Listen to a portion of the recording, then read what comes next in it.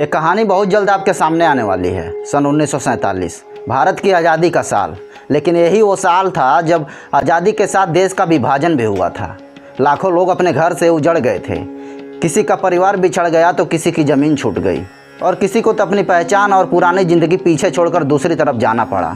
इसी दर्द ने सिनेमा को कई कहानियाँ दी और जब इसी दौर पर बनी दो फिल्मों में सनी देओल जैसा बड़ा चेहरा नजर आता है तो दर्शकों के मन में एक सवाल उठना स्वाभाविक है। क्या बंटवारा 1947 कहीं ना कहीं हमें गदर की याद दिलाती है? क्योंकि गदर में सनी देओल का किरदार एक मुस्लिम महिला से जुड़ी कहानी में केंद्रित था और बंटवारा 1947 में सनी देओल का किरदार का जुड़ाव एक मुस्लिम परिवार की कहानी से दिखाई देगा। एक तरफ सनी देओल का साथ अमीषा पटेल तो दूसरी तरफ शबाना आजमी।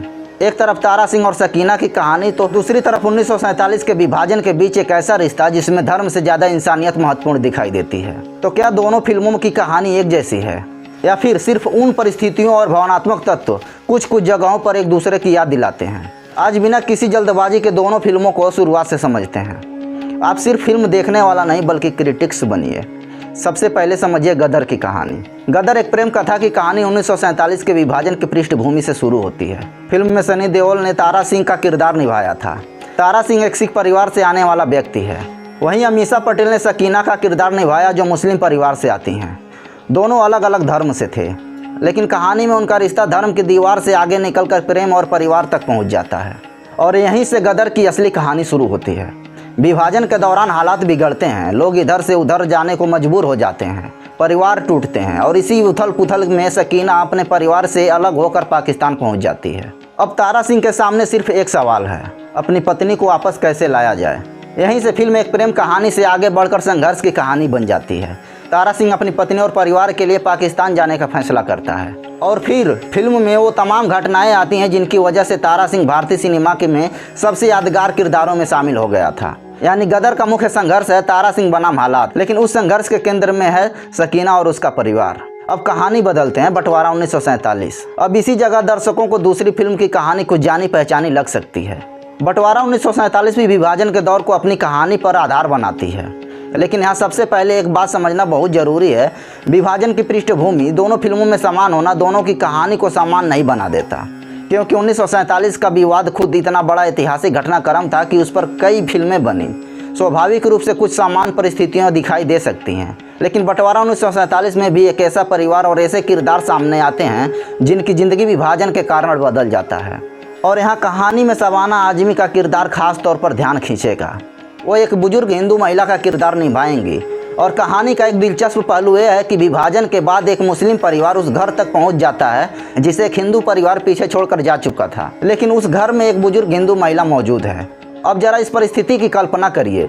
देश की सीमाएं बदल चुकी हैं, लोग अपने घर छोड़ चुके हैं। एक तरफ से लोग जा रहे हैं तो दूसरी तरफ से लोग आ रहे हैं और एक घर जो कभी किसी दूसरे परिवार का था अब वो नए लोगों के सामने खड़ा है। यहीं से कहानी सिर्फ हिंदू मुस्लिम या भारत पाकिस्तान की बात नहीं रह जाती। यह सवाल बड़ा बन जाता है, क्या इंसान अपने धर्म से पहले इंसान हो सकता है? और यही वो भाव है जिसकी वजह से फिल्म को देखकर गदर की याद आने की बात सामने आ सकती है। लेकिन यहाँ सबसे बड़ा फर्क समझिए। अब तक अगर आपको दोनों फिल्मों में समानता दिखाई दे रही है तो थोड़ा रुकिए, क्योंकि दोनों की कहानी का एक मुख्य उद्देश्य है। गदर में दर्शक तारा सिंह की यात्रा को फॉलो करता था, एक आदमी जिसका परिवार उसे अलग हो गया और जो अपनी पत्नी को वापस पाने के लिए हर सीमा पार कर जाने को तैयार था। उसकी कहानी व्यक्तिगत थी, उसका संघर्ष व्यक्तिगत था, उसकी मंजिल भी व्यक्तिगत थी और वो अपनी पत्नी और परिवार को वापस लाना चाहता था। जबकि बंटवारा 1947 में कहानी का दायरा अलग दिखाई देता है। यहाँ सवाल सिर्फ किसी एक व्यक्ति के अपने परिवार को वापस पाने की नहीं है। यहाँ विभाजन के कारण पैदा हुए रिश्ते, विस्थापन और इंसानियत के बीच संघर्ष को ज़्यादा महत्व देता है। यानी गदर पूछती है प्यार या परिवार के लिए इंसान कितना दूर जा सकता है, जबकि बंटवारा 1947 पूछती है जब पूरा समाज बंट रहा हो तब इंसानियत कितनी बची हुई है। यही दोनों फिल्मों की कहानियों का सबसे बड़ा फ़र्क है। अब आते हैं सनी देओल पर। गदर में सनी देओल का नाम लेते ही एक चेहरा सामने आता है, तारा सिंह, एक सिख आदमी जो अपनी पत्नी सकीना से बेहद प्यार करता है और जब हालात उसे अलग कर देते हैं तो पीछे हटने के बजाय संघर्ष करता है। तारा सिंह का किरदार ताकत, गुस्से और परिवार के प्रति समर्पण का मिश्रण है।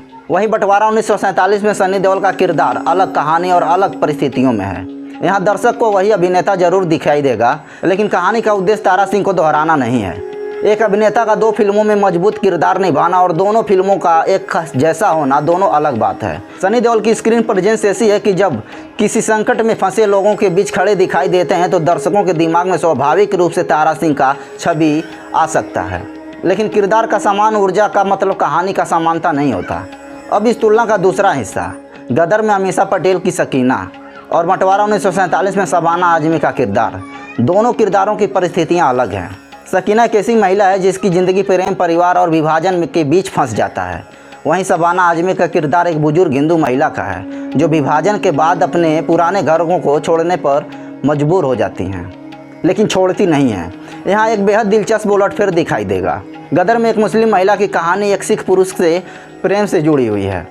वहीं बंटवारा 1947 में एक मुस्लिम परिवार और एक हिंदू महिला के बीच बनी परिस्थितियों की कहानी भावनात्मक हिस्सा बनाती है। इन दोनों फिल्मों में धर्म अलग अलग किरदार की पहचान जरूर बताता है, लेकिन कहानी उसे सिर्फ धर्म के आधार पर नहीं देखती।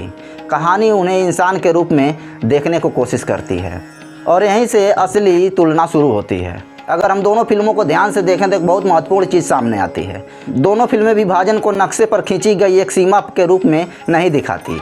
विभाजन का असर इंसानों पर दिखाया जाता है। अब आखिरी सवाल, गदर और बंटवारा 1947 में आपका फेवरेट कौन है? सनी देओल का कौन सा किरदार आपको बेहतर लगता है?